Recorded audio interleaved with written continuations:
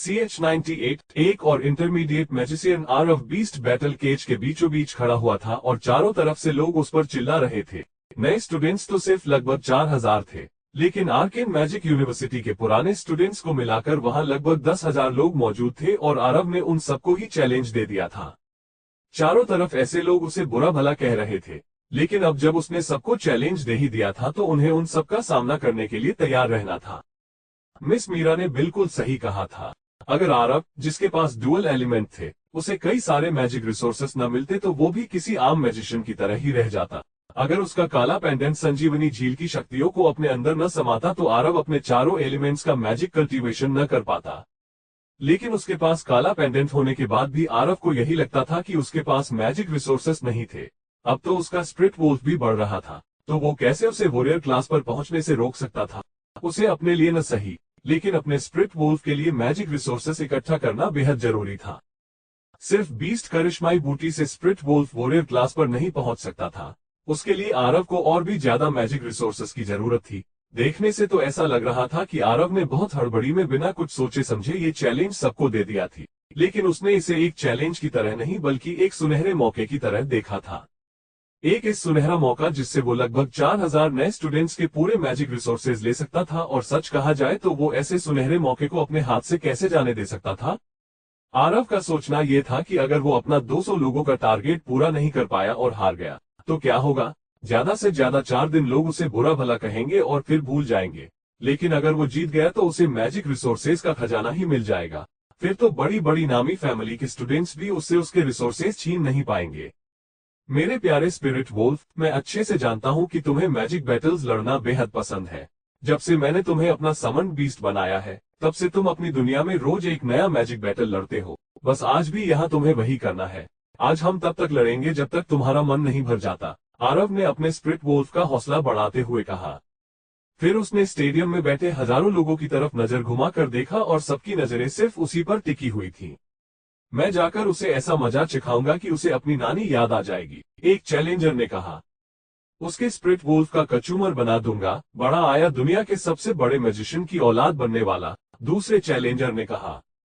आज इसे समझ में आएगा कि अपने बाप को चैलेंज देने का नतीजा क्या होता है, एक और चैलेंजर ने कहा। महज कुछ ही पलों में बीस्ट बैटल केज के बाहर चैलेंजर्स का एक बड़ा जमावड़ा लग गया था, जो आरव से मैजिक बैटल करने के लिए बेहद उतावले थे। उसने अपनी चैलेंज से पूरी यूनिवर्सिटी के स्टूडेंट्स को गुस्से से पागल कर दिया था। उसके चैलेंज देने से पहले कुछ ऐसे लोग थे जो उसके स्पिरिट वोल्फ से डर रहे थे, लेकिन उसकी बातें सुनकर अब वो लोग भी बीस्ट बैटल केज में उससे लड़ने के लिए जाना चाहते थे। अगर वो नहीं जाते तो इसका मतलब ये होता कि वो सच में कमजोर थे और उसकी बातों से डर गए थे। कुछ ही देर बाद 5 लोग बीस्ट बैटल केज के अंदर गए।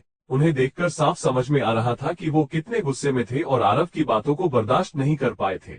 उनका पाला कई ऐसे स्टूडेंट्स से पड़ा था जो मैजिक रिसोर्सेस चुराते थे, लेकिन आज तक किसी भी नए स्टूडेंट ने आकर सबके सामने ऐसे खुल्लम खुल्ला चैलेंज नहीं दी थी।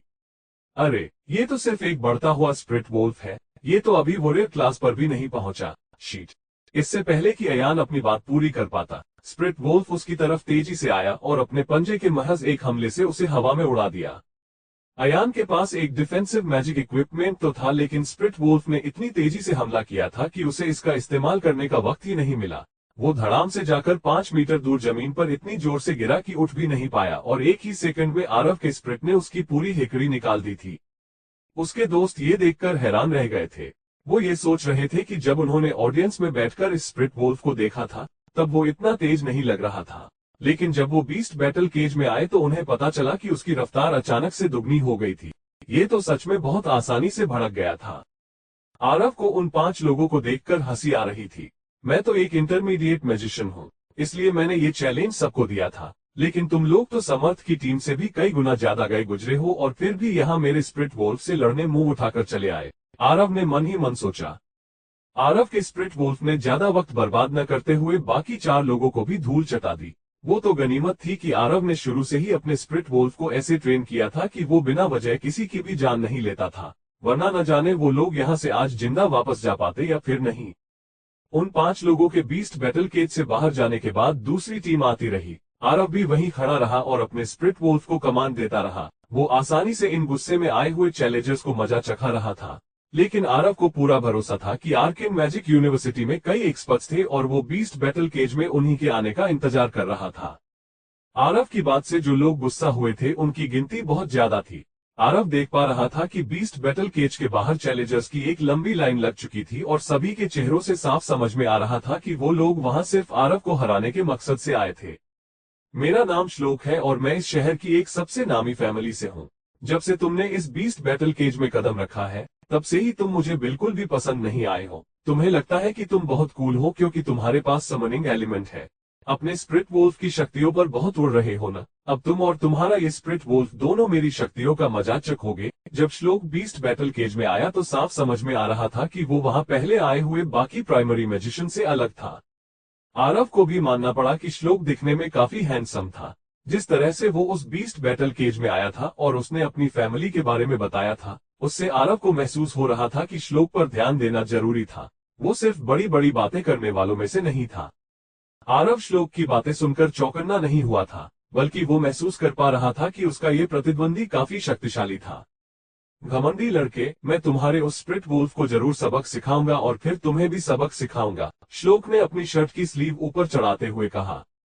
आरव का स्प्रिट वुल्फ इंसानों की बात सुनने में ज्यादा वक्त बर्बाद नहीं करता था, इसलिए वो श्लोक पर हमला करने के लिए आगे बढ़ गया। लेकिन श्लोक भी पूरी तैयारी से वहां आया था। उसकी विंड एलिमेंट की समझ काफी अच्छी थी। उसकी विंड ट्रेल्स पहले आए हुए विंड एलिमेंट वाले लड़के से काफी बेहतर थे। चूंकि स्प्रिट वुल्फ हमला करने के थर्ड लेवल पर पहुंच गया था, श्लोक ने पहले ही पूरे बीस्ट बैटल केज में अपने विंड ट्रेल्स तैयार कर लिए थे। सब लोग देख रहे थे कि कैसे श्लोक एक सेकंड में एक जगह से दूसरी जगह पर पहुंच रहा था। स्प्रिट वुल्फ के उस पर 3 बार हमला करने के बाद भी उसे सिर्फ एक छोटा सा घाव ही दे पाया था। श्लोक सच में बहुत अच्छा परफॉर्म कर रहा था। बहुत बढ़िया श्लोक, तुम इस स्प्रिट वुल्फ को थका सकते हो, एक सांवली फायर एलिमेंट वाली लड़की ने कहा और फिर तुरंत अपनी फायर स्पेल का इस्तेमाल करने लगी। Fire burst rupture. उसके हाथ में कुछ ही पलों में एक फायर बॉल आ गई थी और उसने इस फायर बॉल को सीधा वहां फेंका जहां आरव का स्प्रिट वुल्फ खड़ा हुआ था। इससे पहले कि स्प्रिट वुल्फ जगह से हट पाता, वो फायर बॉल वहीं फट गई थी। बूम! उस धमाके के असर से स्प्रिट वुल्फ कुछ दूरी पर जाकर गिर गया और आग की लपटें उसके चारों तरफ फैल गईं। स्प्रिट वुल्फ ने अपने शरीर पर से आग की लपटों को बुझाकर खड़ा हुआ। ये पहली बार था जब आरव का स्प्रिट वुल्फ किसी चैलेंजर के हमले से घायल हुआ था।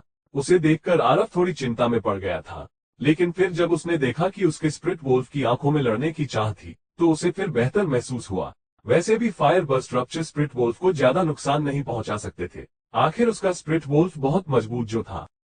स्पिरिट वुल्फ, उस विंड स्टूडेंट पर ध्यान मत दो, पहले बाकी लोगों से निपट लो, आरव ने अपने स्प्रिट वुल्फ को कमांड देते हुए कहा। स्प्रिट वुल्फ ने भी ये महसूस किया था कि वो विंड स्टूडेंट बाकी सबसे काफी तेज और चतुर था, इसलिए उसके लिए उसे पकड़ना मुश्किल हो रहा था। तुरंत ही स्प्रिट वुल्फ ने अपना टारगेट बदल लिया और उस फायर एलिमेंट वाली लड़की की तरफ देखने लगा।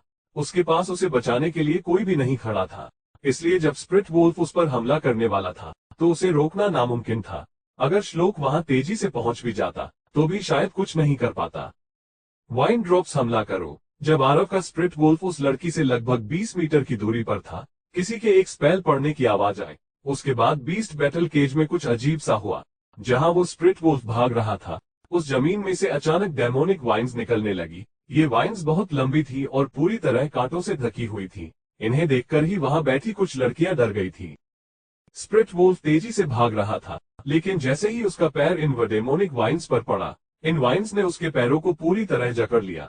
स्प्रिट वुल्फ पर यह हमला बेहद अचानक हुआ था और वो इसके लिए तैयार भी नहीं था।